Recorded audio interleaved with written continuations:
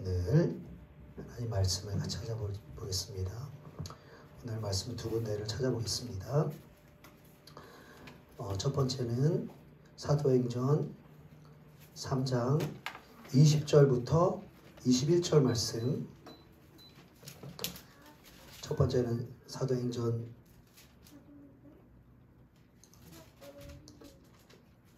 먼저 읽도록 하겠습니다. 사도행전 3장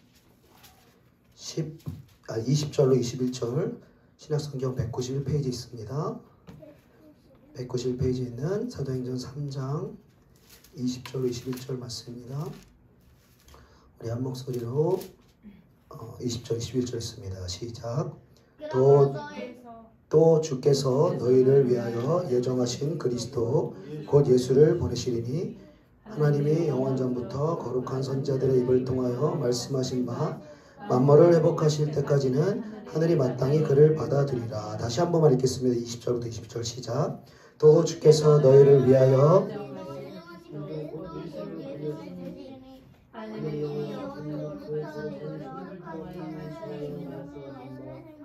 만물을 회복하실 때까지는 하늘이 마땅히 그를 받아들이라. 아멘.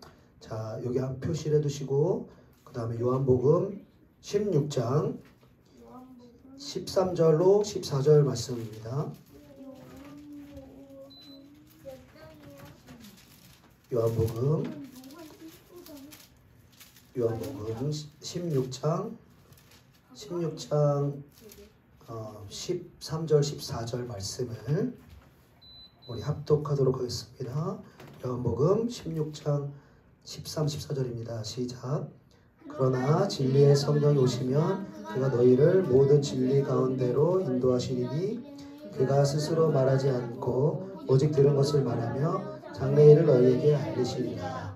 그가 내 영광을 지니니 내 것을 가지고 너희에게 알리겠습니다. 아멘. 아멘. 오늘은 교회여 모든 진리를 회복하라. 교회여 모든 진리를 회복하라는 제목으로 하나님의 말씀을 증거하도록 하겠습니다.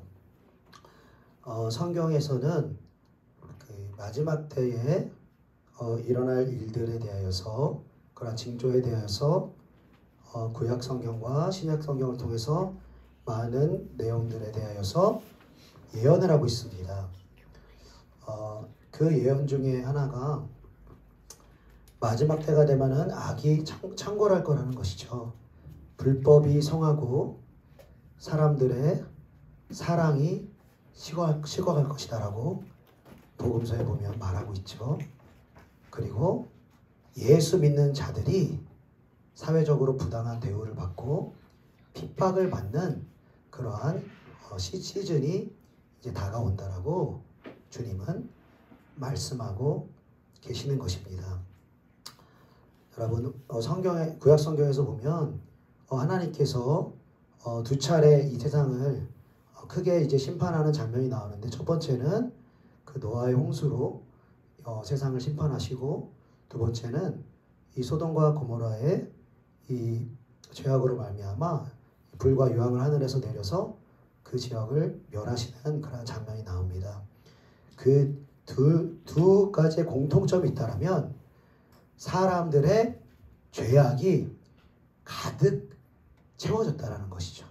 그리고 특별히 소돔과 고모라는 우리가 잘 알듯이 이 동성연애, 이 동성혼과 동성간음이 횡행했던 그러한 시대였다는 것을 잘 알고 있습니다. 그래서 우리가 이 마지막 때에 하나님께서 세상을 심판하실 때에도 이 하나님의 백성들이 순결한 옷을 입고 신부로서 단장이 되어져야 되는 이 준비를 해야 하는 그 부분이 있는가 하면은, 세상에서도 이 사단 마귀가 자기의 때가 얼마 남지 않은 것을 알고 세상 사람들을 모든 악한 길로 나가게 하되, 심지어 믿는 자까지도 미혹하여서 이 불법을 빠뜨리려는 그러한 이 사단이 마지막에 이렇게 발악하는 모습이 있다는 것이죠. 그래서 지금 이 시대를 바라본다면 우리가 사실 너무나 이 죄악들이,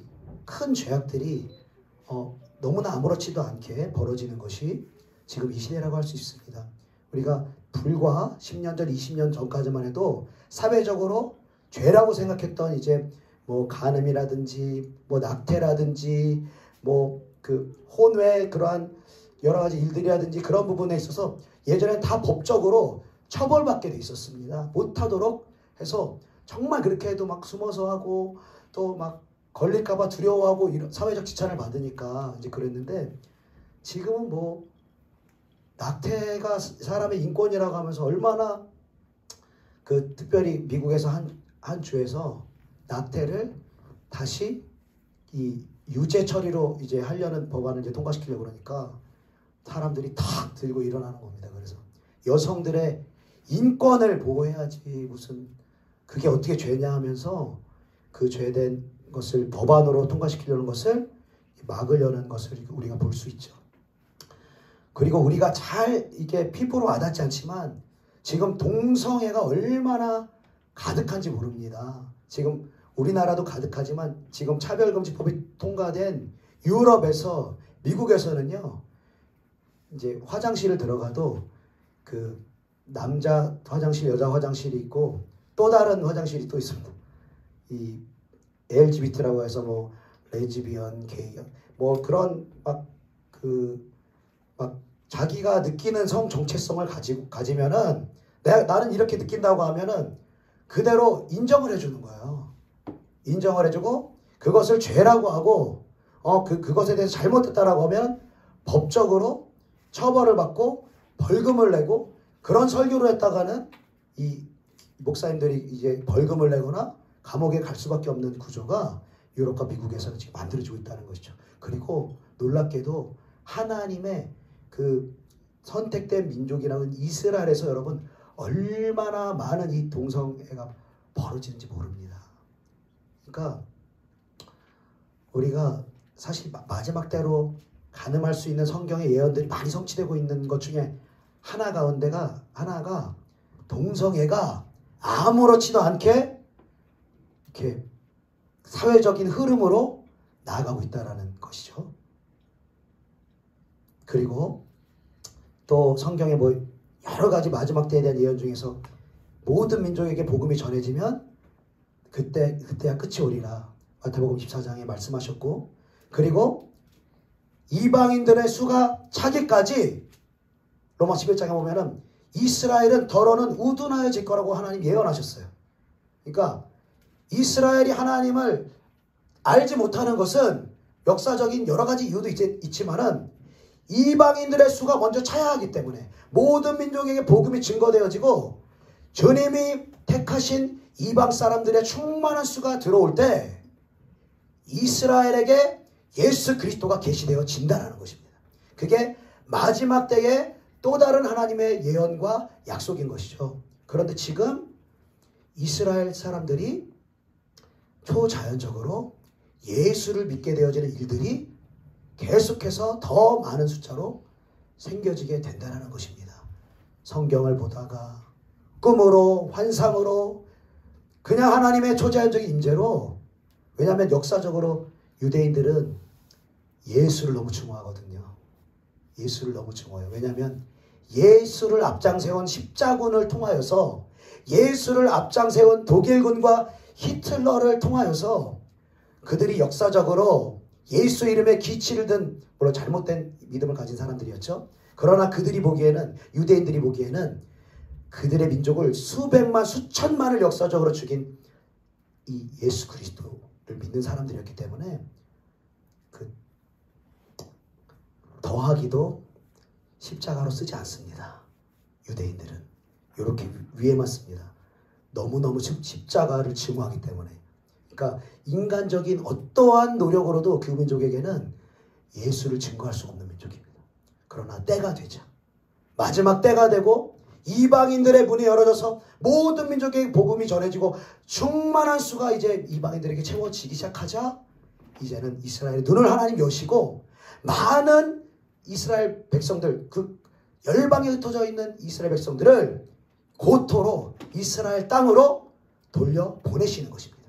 그들의 육체를 이스라엘 땅으로 돌려보내시고 육체뿐만이 아니라 그들의 죽었던 영에 성령을 부어주셔서 그들이 초자연적으로 예수 믿는 역사가 지금 이스라엘 땅에서 일어나고 있다는 것입니다. 자, 우리가 성경의 예언의 성취로도 이스라엘의 회복으로도 그리고 많은 죄악들과 동성애의 죄가 창궐하는 걸 보면서도 우리가 마지막 때가 가까워오고 있다라고 우리가 성경의 예언의 성취를 통해서 우리가 알 수 있습니다. 그날과 그때는 언제인지 정확히는 알 수가 없어요. 우리가 세대주의자들처럼 아니면 그 휴거만 기다리는 그 시한부 종말론자들처럼 그런 믿음을 가져서는 안 되는 거예요.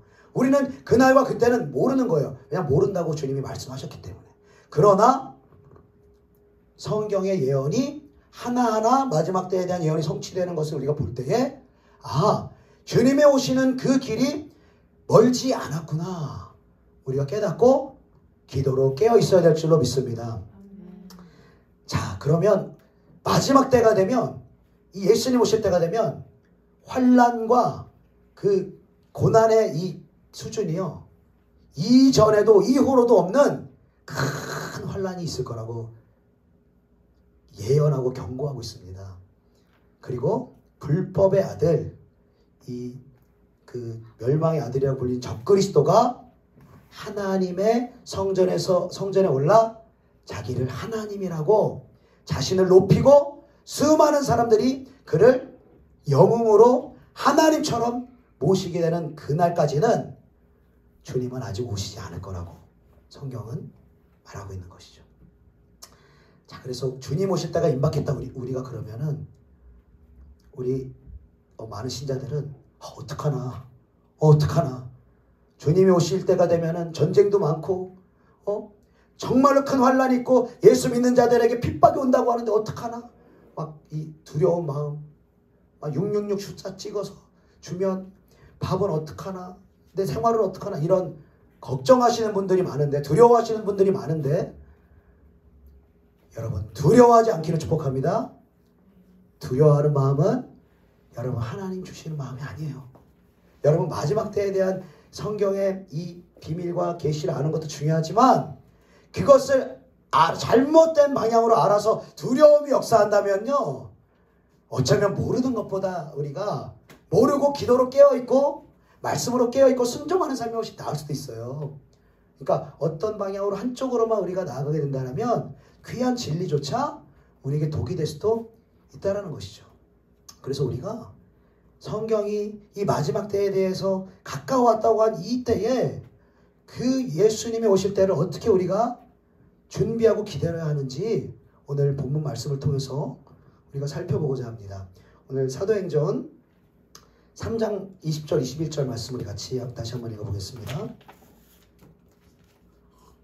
사도행전 3장 20절 21절 같이 시작.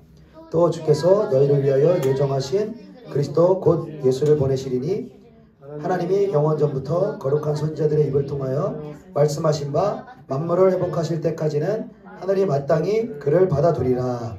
아멘. 자, 베드로 사도가 안전뱅이를 일으키고 거기에 많은 수천 명의 회중들한테 선포하는 것입니다. 주님께서 너희를 위해서 예정하신 그리스도 예수를 보내실 텐데 그 예수님은 언제 오시느냐 하면은 거룩한 선지자들의 입을 통하여 말씀하신 바 만물을 회복할 때까지는 하늘이 마땅히 그를 받아두리라. 하나님이 하늘에서 예수님을 내려보내지 않으실 거라는 거예요. 언제까지는? 만물을 회복할 때까지는. 여러분, 그러면 우리가 예수님이 오시는 것을 막 두려워하고 그때를 두려워하기보다 만물이 회복해야 하는데 나의 역할은 무엇인가를 우리가 살펴볼 필요가 있습니다. 여러분, 만물이 회복됐다는 것은, 회복이 되어져야 된다는 것은 만물이 언제 망가진 적이 있어야 되는 거잖아요. 건강을 잃어버렸다가 다시 되찾는 걸 회복이라고 그러잖아요. 뭔가 잃어버리고 뭔가 뺏겨버린 것이 있기 때문에 회복할 것이 있다라고 말씀을 하시는 것이죠. 이 만물이 언제 망가졌나? 창세기 3장에 보니까 하나님이 죄를 지은 아담에게 이렇게 말씀하십니다. 아담에게 이르시되 땅은 너로 말미암아 저주를 받고 너는 내 평생에 수고하여 그 소산을 먹으리라. 땅이 내게 가시덤불과 엉겅퀴를 낼 것이라. 내가 먹을 것은 밭의 채소인즉 내가 흙으로 돌아갈 때까지 얼굴에 땀을 흘려야 먹을 것을 먹으리니 라고 말하고 있어요. 자, 아담이 죄를 지은 이후에 땅은 너로 말미암아 저주를 받을 것이다 라고 말하는 거예요. 여러분, 저주를 받은 결과가 무엇이냐? 네가 평생 수고하여야 그 소산을 먹게 돼. 그리고 땅이 가시덤불과 엉겅퀴를 이제는 낼 것이기 때문에 그 엉겅퀴와 채소를 네가 치우는 수고를 해야 돼. 땀을 흘려야 돼. 이제 씨를 뿌려야 돼. 네가 노력한 만큼, 땀 흘린 만큼만 너는 열매를 맺을 수 있어. 이게 바로 여러분, 땅이 저주를 받은 것입니다. 여러분. 그런데 이 저주받은 이 땅의 이 역사가 죄인된 우리의 삶에는 당연한 거예요. 내가 씨를 뿌린 만큼, 내가 노력한 만큼, 내가 일구어낸 만큼, 내가 희생한 만큼 대가가 오는 게 당연하잖아요. 그렇죠? 뭐 예수님을 안 믿는 사람이라도 내가 이만큼 노력을 했는데 어떤 운이 있거나 뭐 어떤 좋은 게 뭐 따라왔다, 뭐 그렇게 생각할 수 있겠죠. 그러나 내 어떤 절대적인 이 희생과 노력이라는 게 이 겸비가 되어 있어야 되는 거예요. 그게 죄인된 우리의 이 아담의 후손으로 태어난 우리가 살아가는 방식인 거예요. 근데 여러분, 죄를 짓기 전 아담은요, 그 땅은 저주받지 않았어요. 여러분, 그 땅이 어떻게 이루어졌냐면요, 창세기 1장에 하나님이 자기 형상 곧 하나님의 형상대로 사람을 창조하시되 남자와 여자를 창조하시고 하나님이 그들에게 복을 주시며 하나님이 그들에게 이르시되 생육하고 번성하여 땅에 충만하라. 땅을 정복하라. 바다의 물고기 하늘의 새와 땅에 움직이는 모든 생물을 다스리라 하시니라. 그런다고 말씀하시는 게, 내가 온 지면에 씨 맺는 모든 채소와 씨 가진 열매 맺는 모든 나무를 너희에게 주노니 너희의 먹을거리가 되리라. 그러니까 아담이 땀을 흘려야지, 노력해야지 얻는 게 아니고요, 하나님이 아담에게 주시는 거야. 그런데 어떻게 주시느냐? 다스리는 권세를 통해서, 성령의 능력을 통해서 아담은요, 자연 만물을 다스리는 거예요. 동물한테 오라고 그러면 오는 거예요. 동물이 자신을 해치지 못하도록 명령할 수 있는 권세가 따랐던 거예요. 그러니까 맹수가 와도 두려워하지 않는 거예요. 다 사자도 이름 붙여주고, 곰도 이름 붙여주고, 다 이름 붙여주는 거예요. 왜? 다스릴 수 있는 하나님의 형상을 닮은 권세와 능력을 아담에게 부여했기 때문에. 그런데 죄를 지은 이후로 그 권세를 잃어버리고 사단 마귀에게 이 땅에 권세를 빼앗기게 되는 거예요. 여러분, 그래서 이 만물을 회복할 때까지 예수님이 하늘에서 내려올 수 없다라는 것은, 여러분, 만물이 회복되기 위해서는 만물의 영장인 사람이 먼저 회복되어야 될 줄로 믿습니다. 사람이 먼저 죄로 인해서 깨져버린 하나님의 형상을 다시 회복해야 되는 거예요. 사람이 그 죄로 인해 잃어버렸던 이 땅을 다스리는 하나님의 권세와 성령의 능력을 다시 죄 짓기 전 아담의 모습처럼 회복해야 되는 것입니다.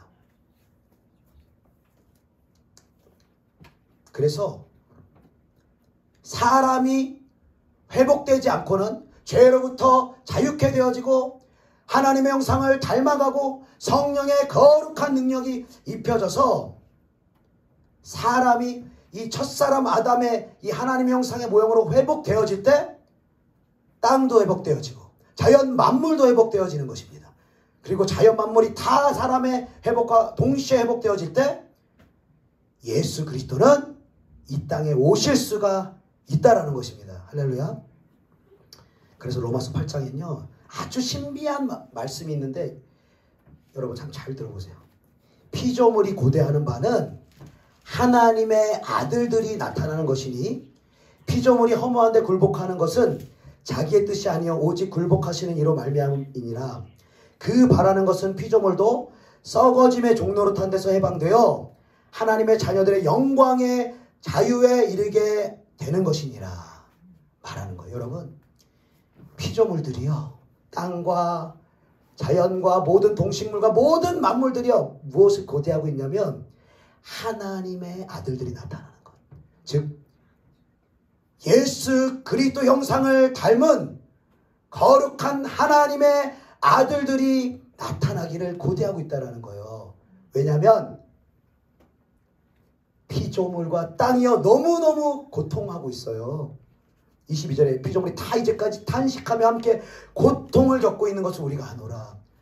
죄인된 사람들이 자기의 욕심으로 말미암아 이 땅을 더럽히고 하나님이 원하시는 목적대로 이 땅과 만물을 사용하지 않고, 여러분 우리 식품들, 제가 이 기도 훈련을 받고 이제 좀 깨어나니까 제가 이제 이 먹는 거 이제 좀 눈을 뜨게 됐는데, 저 아시겠지만 제가 이제 과거에 살도 많이 찌지 않았습니까? 또 뭐 엄청 먹었잖아요. 엄청 먹고 막 몸에 안 좋은 거 좋아하고 인스턴트 좋아하고 뭐 맛있으면 입에 맛있으면 다 먹었죠 그때는. 근데 알고 보니까 이거 뭐 음식에 뭐 사람 인체에 안 좋은 걸 너무 많이 넣은 거예요.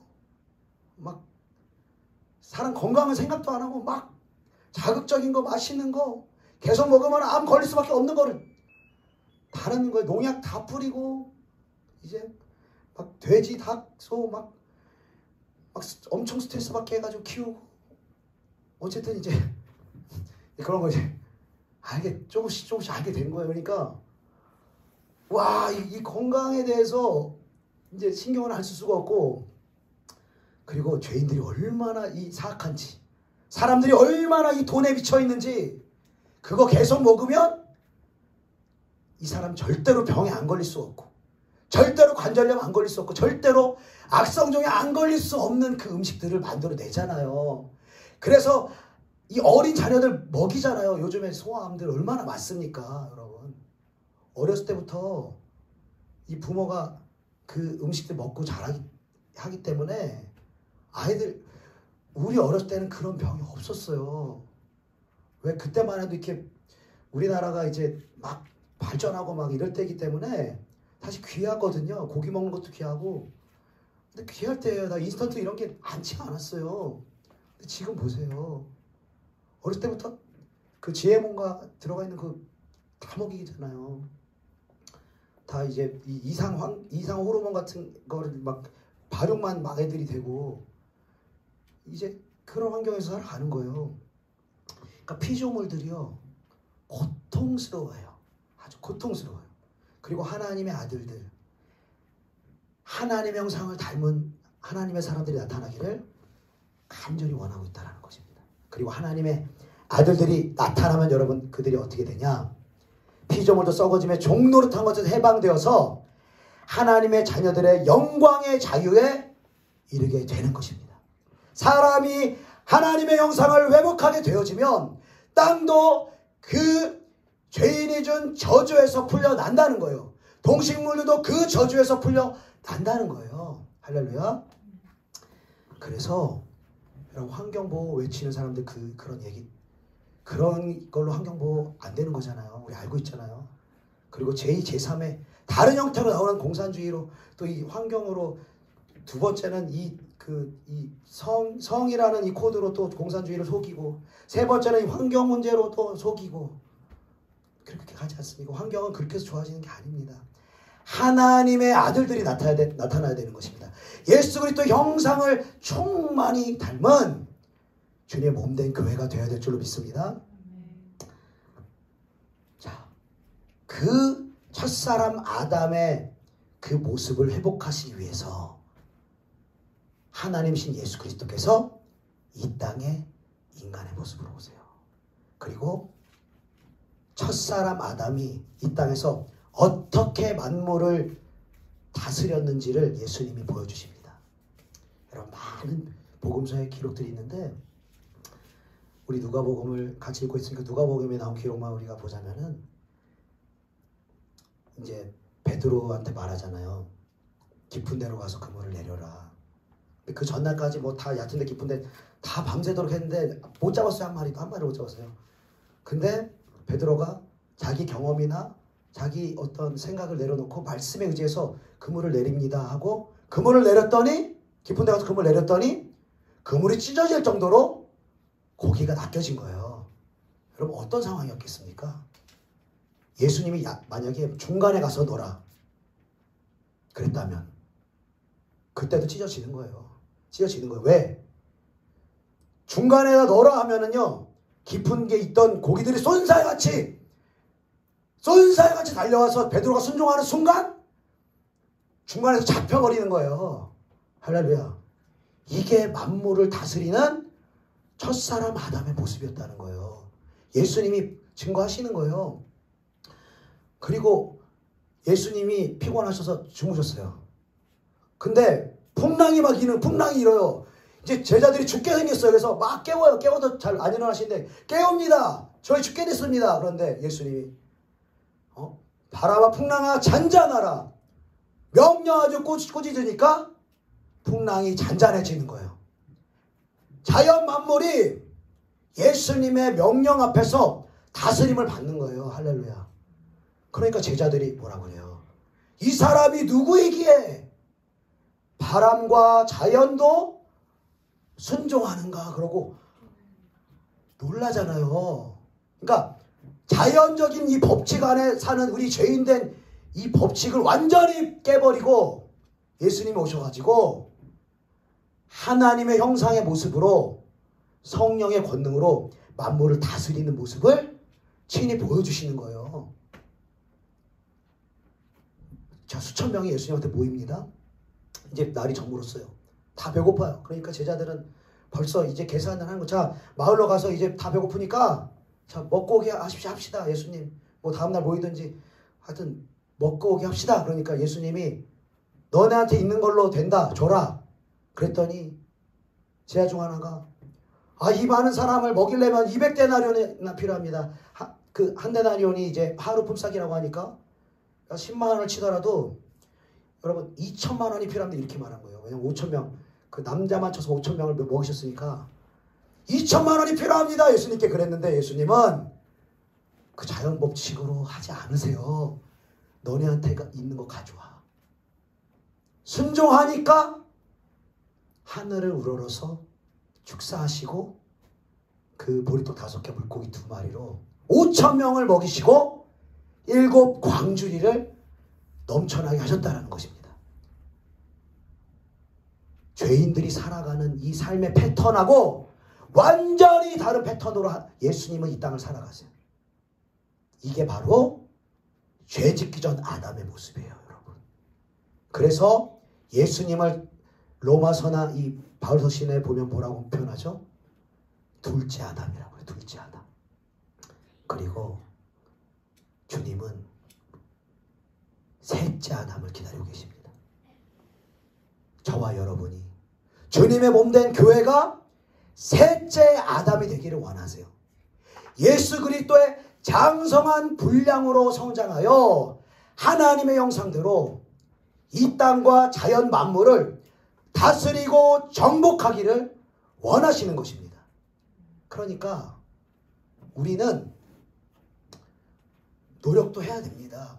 씨도 뿌려야 되고 우리가 일터에서 또 우리가 해야 될 마땅히 해야 될 노력도 해야 하지만 이게 본질이 아니라는 거예요. 본질은 이게 아니라 하나님의 형상을 회복하여 그분의 권능과 그분의 하신 일들이 저와 여러분 교회를 통하여서 이 땅 가운데 충만하게 역사되어져야 된다는 거예요. 그래야 피조물도 회복되어지고 그리고 모든 열방이 주님의 몸된 교회를 통하여서 지금도 살아 역사하시는 예수 그리스도의 영광을 보게 되어진다는 거예요. 그리고 그분을 찬송하기 시작할 거예요. 할렐루야. 여러분 너무 엄청난 얘기입니까? 저는 근데 기대가 돼요. 기대가 돼요. 제가 지금 한 얘기가 우리가 이성을 가지고 보면은 저는 지금 좀 지금 이상한 사람이에요.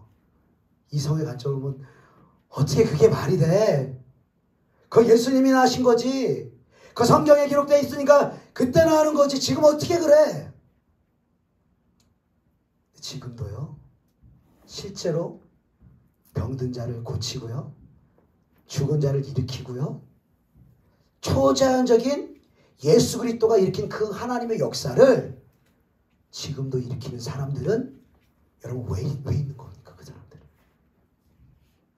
그 사람들이 소수였다면 마지막 때가 되어갈수록 만물이 회복되어서 예수 그리스도가 오는 그때에는 특별한 목사님, 특별한 사역자만이 그러한 일들을 하는 것이 아니라 하나님의 성도들이 왕같은 제사장이 되어서 그 예수 그리스도의 영광을 드러내는 만물을 회복케 하는 하나님의 형상을 닮은 사람으로 주님은 회복되기를 원하시는 줄로 믿습니다.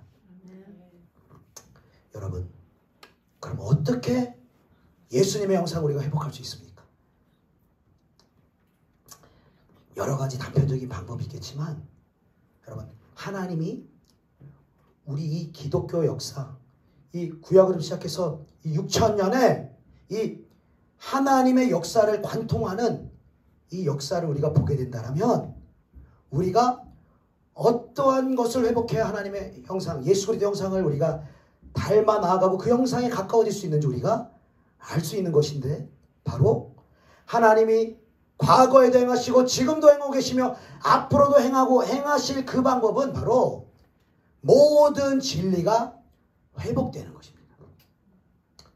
일부의 진리가 회복되는 것이 아니라 성경에 나와 있는 모든 진리가 회복되어지는 것입니다.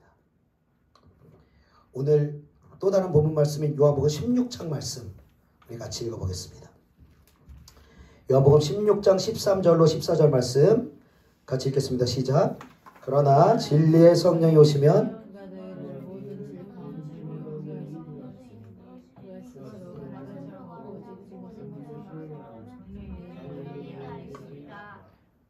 그가 내 영광을 나타내리니 내 것을 가지고 너희에게 알리겠습니다. 아멘. 아멘. 자, 성령님을 진리의 성령이라고 표현하시면서 진리의 성령이 오시면 그가 너희를 모든 진리 가운데로 인도하실 것이다 라고 말하고 있어요.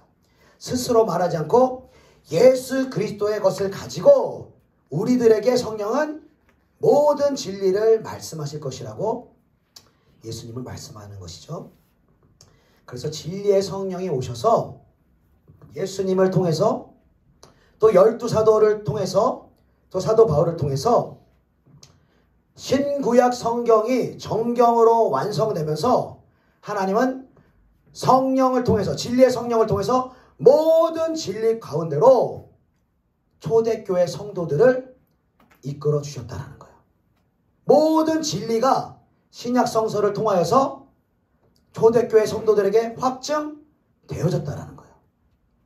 그런데 우리가 잘 아는 것처럼 우리가 교회사를 보면 AD 70년에 이 예루살렘이 멸망을 당합니다. 로마에서 멸망당하게 되고, 그때 이제 예루살렘에 있었던 많은 이 기독교 신자들, 예수를 믿는 거듭난 유대인들이 열방으로 흩어지기 시작했습니다.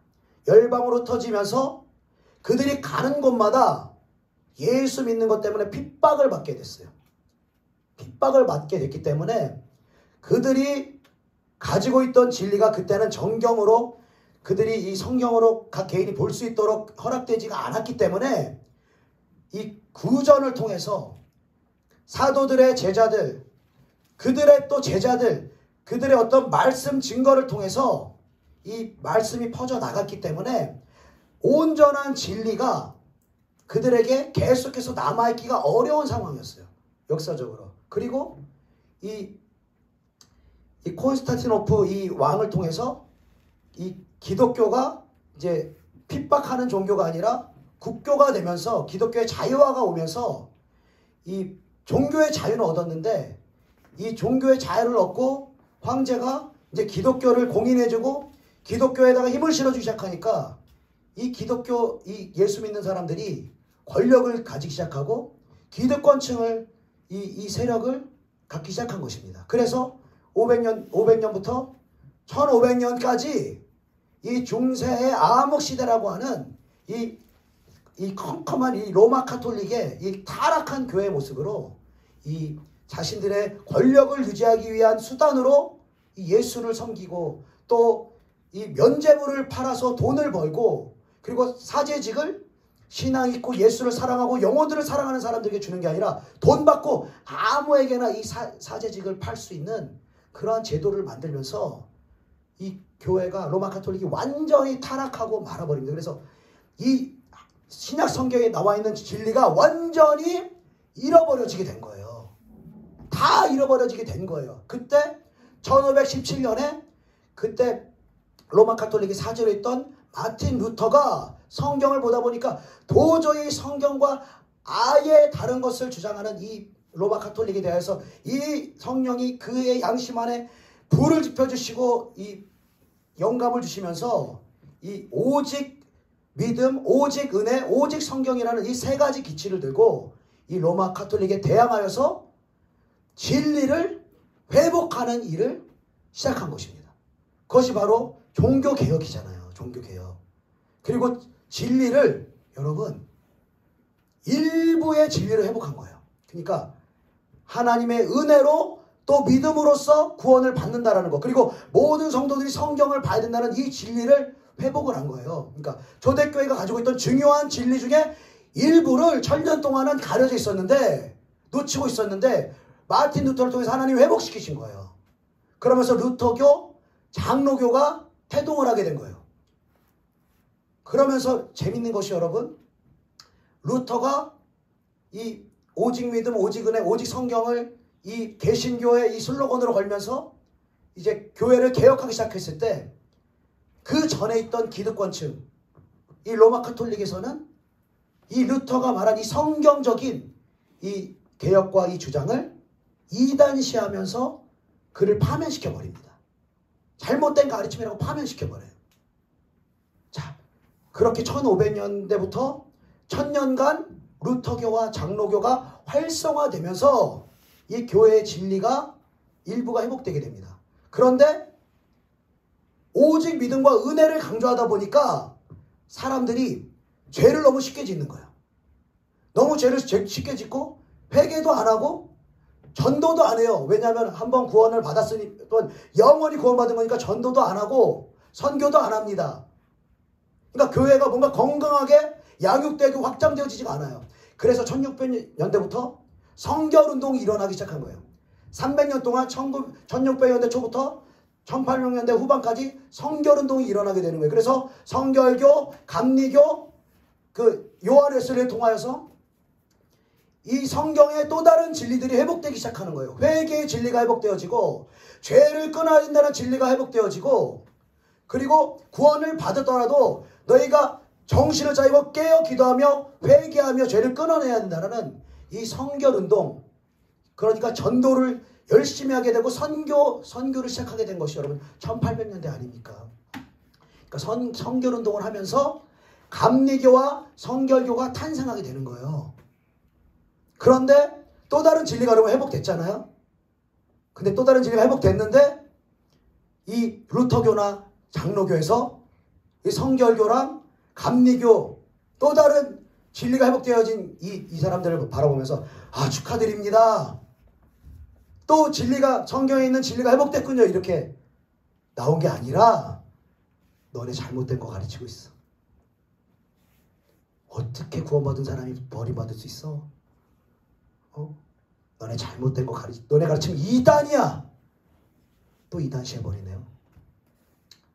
하나님은 루터를 통해서 가장 기초적인 영혼을 구원받는 은혜와 믿음을 회복시켜 주셨고 그 다음으로 예수 그리스도의 형상을 닮아고 죄를 끊어낸 성결운동의 이 진리를 하나 회복시켜 주셨는데 그 전에 있던 우리들이 또 이단시해요.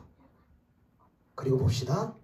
1900년대 초반부터 1800년대 후반부터 1900년대 이 중반까지 어떤 운동이 일어나느냐? 오순절 운동이 일어납니다. 전 세계적으로 오순절 운동이 일어나요.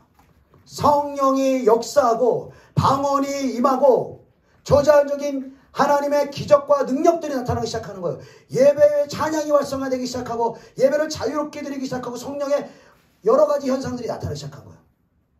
그러니까 그 전까지는 이 장로교, 루터교 또 성결교를 통해서 회복된 진리들이 있었지만 성령의 이 세례를 받고 방언을 하는 데 가운데 기도가 활성화되어지고 그리고 죄를 끊어낼 수 있는 이 기도의 권능이 약화되어 있었거든요. 교회 안에. 근데 오순절 운동을 통하여서 하나님의 성령을 부으시고 초대교회와 예수 그리스도께 나타났던 그 모든 이 영적인 그 초자연적인 진리들이 오순절 운동을 통해서 나타나기 시작해요. 회복시켜 주신 거예요. 하나님 회복시켜요. 그런데 그 앞에 있던 사람들이 이제 초대교회에서 예수님의 사역과 초대교회의 사역이 이제 회복됐으니까 감사드립니다 이렇게 나오면 좋았는데 그렇게 하지 않고 저거 이단이야. 성경의 기적은 초대교회는 끝난 거야. 방언도 없어. 기적도 없어. 잘못된 거 가르치는 거야. 이단이야. 또 이단 종대 합니다. 그리고 1950년대부터 또 은사주의 운동이 일어나고 우리나라 같은 경우에선 이 오순절교회 개통의 교회들이 여의도 순복음교회를 위시해서 오순절 개통의 이 교회들이 폭발적으로 부흥하기 시작하는 거예요. 그리고 전국에 있는 기도원이 폭발적으로 부흥하면서 각각 이 오순절 운동 때 더 활발히 나타나지 못했던 각양각종의 은사들이 나타나고 하나님의 놀라운 이 사도와 선지자와 복음 전환자와 목사와 교사 이 오중 직임들이 회복되는 역사들을 주셨다라는 거예요. 그러면은 똑같은 오순절 개통에서 비슷해 보이잖아요. 그러면 와, 또 다른 걸 하나님 열어주셨구나 이렇게 했으면 좋았을 텐데 참 사람들이 왜 이러는지, 왜 이렇게 좁은 시야를 가지고 내가 경험한 것만 옳다라고 하는지 여러분 너무너무 안타깝습니다. 또 이 은사주의 하는 사람들이 공격하고 힐난하고 그런 일이 또 벌어지는 거예요. 여러분. 저와 여러분이요 지금 각자 가지고 있는 신앙의 기준이 어디서 왔나 여러분 여러분 생각해 보세요. 그러면은 거의 우리의 신앙의 기준은요 내가 다닌 교회에 의해서 결정되는 거예요. 내가 만난 목사님을 통하여서 영적인 지도자를 통해서 결정되는 거예요. 그리고 그 신앙의 기준이 어떤 계기를 통해서 바뀌었다. 그럼 어떻게 바뀌었나? 또 다른 영적 지도를 만난 거예요. 또 다른 흐름에 있는 교회를 만난 거예요. 그렇기 때문에 내가 다른 흐름을 만난 거예요. 그러면 내가 나한테 지금 내 신앙의 기준을 준 그 기준을 가진 교회와 교단과 그 목사님들은 어디서 그 신앙의 기준을 얻었을까요? 지금 제가 쭉 지금 1500년대 초반부터 마틴 루터로부터 시작해서 쭉 이어져 온 진리의 각각의 모습으로 회복된 그 운동 중에 하나에 걸려 있는 거예요. 장로교는 정말 안타깝게도 어떤 장로교는 1500년대에 지금도 머물러 있는 거예요. 1500년대. 하나님은 지금 계속해서 성령을 통해서 초대교회 때 신약성서를 통해서 역사하신 모든 진리를 지금 회복시키고 계시는데 하나님은 그 일들을 계속해서 역사를 통해서 해가시는데 지금 마틴 루터에 지금 묶여있는 거예요. 존 칼뱅의 장로교는 묶여있는 거예요. 그리고 여기에서 반대하고 여기서 지금 다르다? 그러면 이단이라고 해버려요. 이단이라고. 감리교회 그 구원교리 달라? 그럼 이단이야. 그때 신학자들이 이 초자연적인 하나님의 역사라든지 성령의 이 권능이라든지 방언이라든지 이런 거 없다라고 했어요. 그럼 그대로 믿는 거예요. 그때 1500년대 나왔던 그 신앙의 신조대를 그대로 믿고 교단도 그렇게 내려오고 그러니까 어떤 교단에서는 뭐 카톨릭 같은 데서는 지금도 머리에다가 지금 여성들은 못 쓰고 하라고 예배드리라고 하고 있잖아요. 합동 측 같은 경우는 여자 목사 안 주잖아요. 그러니까 그 전통 안에서 그 너울을 못 벗었기 때문에 어떤 사람들은 교단이나 교회에 따라서 1500년대에 묶여 있는 거예요. 지금 하나님이 일부 풀어내신 그 진리 안에만 지금 갇혀 있는 거예요. 어떤 사람은 1600년대부터 1900년대에 갇혀 있는 거예요. 어떤 사람들은 오순절 거기만 갇혀 있는 거예요. 그럼 오순절이 아니고 은사 운동에 영향받은 사람들은 이 앞에 있는 진리가 필요가 없나요? 큰일 납니다. 이 은사주의로 갔던 사람들이 이 앞에 있는 진리를 회복하지 못했기 때문에 잘못된 대로 빠지는 거예요, 여러분. 하나님이 회복해 하시는 모든 진리들을 우리가 깨달아 알 때에만이 우리는 하나님이 온 땅 가운데 경영하시는 하나님의 일들을 볼 수가 있는 것입니다. 그리고 모든 진리를 하나님이 회복해 하시면서 주님의 몸된 교회를 예수 그리스도의 형상으로 하나님 닮아가게 하세요. 그래서 예수님이 지난주 주일에도 말씀드렸잖아요. 오중사역, 오중직임을 다 감당하셨어요. 사도와 선지자와 복음 전환자와 목사와 교사의 직임을 다 감당하셨어요. 지금의 교회는 교사의 직임을 맡은 교회는 교사적인 마인드로만 보는 거예요. 목사의 직임을 맡은 교회는 목사적인 직임으로만 교회를 보는 거예요. 예언하고 사도적으로 이 기름 부음으로 부름받은 사람들은 말씀을 도외시하기가 쉽다는 거예요. 예언에 사람이 해준 예언에 더 가치를 두고 하나님이 완벽하게 주어진 모든 진리의 이 성경의 말씀보다 사람이 한 이 예언에 더 포커스를 두게 된다는 거예요. 그러면 여러분 100% 여러분 잘못된 길로 갑니다. 100% 잘못된 길로 갑니다. 그러니까 여러분 왜 우리가 신학자들이나 왜 우리가 은사자들의 경험 위에다가 우리의 신앙의 기준을 세워야 되죠? 반드시 그 기준은 무너지게 돼 있는 거예요. 우리의 기준은 유일하게 예수 그리스도인 거예요. 하나님의 말씀인 거예요. 예수님은 하나님의 말씀이세요. 내 말을 듣고 행하는 자는 반석 위에 집을 지은 자 같다. 예수님의 말씀과 예수님의 가르침을 받은 사도들이 성령의 감동을 받아 기록한 신약 성서에 모든 권위를 두고 구약 성서는 신약 성서를 뒷받침하는 말씀으로 우리가 읽혀져야 되는 거예요.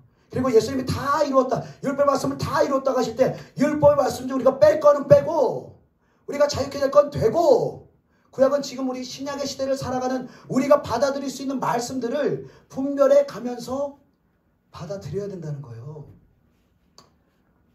이제 여러분 은사운동까지 1900년대 말까지 갔다면 21세기에 여러분 하나님이 어떤 진리를 계시하고 계십니까? 바로 마지막 때에 대한 진리를 하나님 계시하고 계시는 거예요. 이스라엘에 대한 비밀이 풀어지는 거예요. 왜 유대인들이 그토록 고통을 당할 수밖에 없었나라는 그 성경에 담겨있는 비밀들을 하나님 풀어내시는 거예요. 모세오경에 담겨있는 절기를 통하여서 하나님 마지막 때에 역사하시는 하나님의 영적인 비밀들을 풀어내시는 거예요. 우리가 그러니까 우리가 지금 어떤 신앙의 기준을 갖고 있다고 하더라도 그게 여러분 완전한 것이 아니라는 것입니다. 완전한 것이 아니에요. 완전한 것은 하나님의 말씀이요 성경인데 그 말씀의 기초 위에서 우리가 배워온 것들을 분별하면서 받아들여야 되는 거예요. 칼빈 위에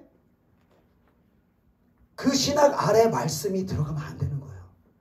기록된 말씀을 해석하기 전에 기록된 말씀 그대로 먼저 보고 어떻게 해석하고 분별해야 될지를 기도하면서 또 신학자들의 가르침을 받으면서 분별해야 하는 것입니다. 그러니까 우리가 얼마나 많은 영역에서 여러분 자라나야 되는지 여러분 아시겠습니까? 이건 여러분들에게만 해당하는 게 아니라 저도 마찬가지.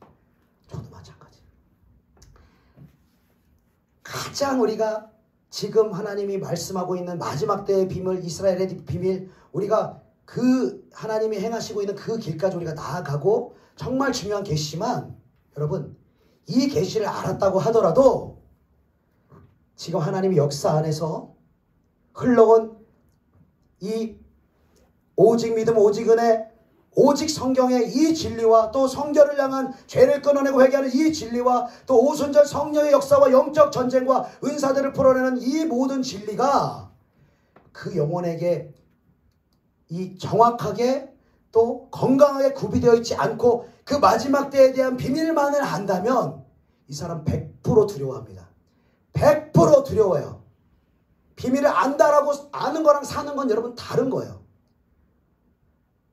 은사운동하는 사람도 마찬가지인 거예요. 예언의 비밀을 알고 성령의 기름을 받고 조자의 역사를 나타낸다. 귀한 것입니다. 그러나 그것만 가지고도 안 되는 거예요, 여러분. 그러니까 하나님이 우리의 교회들이 그리스도를 머리로 한 각 부분의 지체로서 겸손하도록 각 부분의 역할을 맡긴 거예요.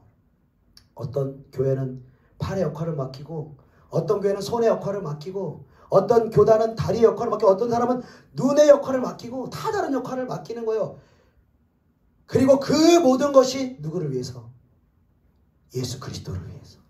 머리된 예수 그리스도의 영광을 위해서 모든 것을 모든 진리를 아우르는 가운데 하나님이 저와 여러분을 부르신 그 부르심의 소명에서 우리가 더 깊은 영성으로 더 깊은 진리로 넓게도 확장되어지고 더 깊은 곳으로 확장되어야 될 줄로 믿습니다. 그래서 예수님이 처음 마귀에게 시험을 받으면서 말씀하시기를 사람이 떡으로만 살 것이 아니요 하나님의 입에서 나오는 모든 말씀으로 살 것이니라. 그냥 말씀, 일부의 말씀이 회복된 것으로 만족하는 것이 아니라 이 신약 성경에 말씀하고 약속하고 예언하고 있는 모든 말씀, 예수님이 하셨던 모든 사역과 삶을 재현할 책임이 그리스도의 몸된 교회인 저와 여러분에게 있다라는 거예요. 우리의 마음을 열고 우리의 이성은 반대할 수도 있어요. 어떤 성령의 역사가 나타나고 내가 알지 못하는 어떤 교리를 말하고 내가 지금 신앙의 중심과 기준을 가지고 있는 다른 진리가 오는 것 같으면 거부 반응이 들 수도 있습니다. 그러나 여러분 열린 마음을 가지고 여러분 하나님의 말씀을 대하십시오. 1차적으로 여러분이 이 하나님의 말씀을 기록된 말씀을 여러분 가지고 있기 때문에 안심하고 여러분 그 믿음의 여정, 진리의 회복의 여정을 나아가십시오. 그리고 여러분에게 세워준 영적 사역자를 통해서 2차적으로 하나님 여러분들에게 말씀하실 거예요. 그리고 영적으로 저와 여러분이 진리가 회복되어지고 영성이 회복되어지고 실제적인 진리의 말씀을 우리의 기도와 영성을 통해서 체험하기 시작할 때 우리는 예수 그리스도의 온전한 형상을 닮아 첫사람 아담과 같이 이 세상을 다스리고 정복하고 하나님의 나라로 회복시키는데 온전히 쓰임받는 저와 여러분이 될 줄로 믿습니다. 우리 같이 찬양하고 기도하도록 하겠습니다.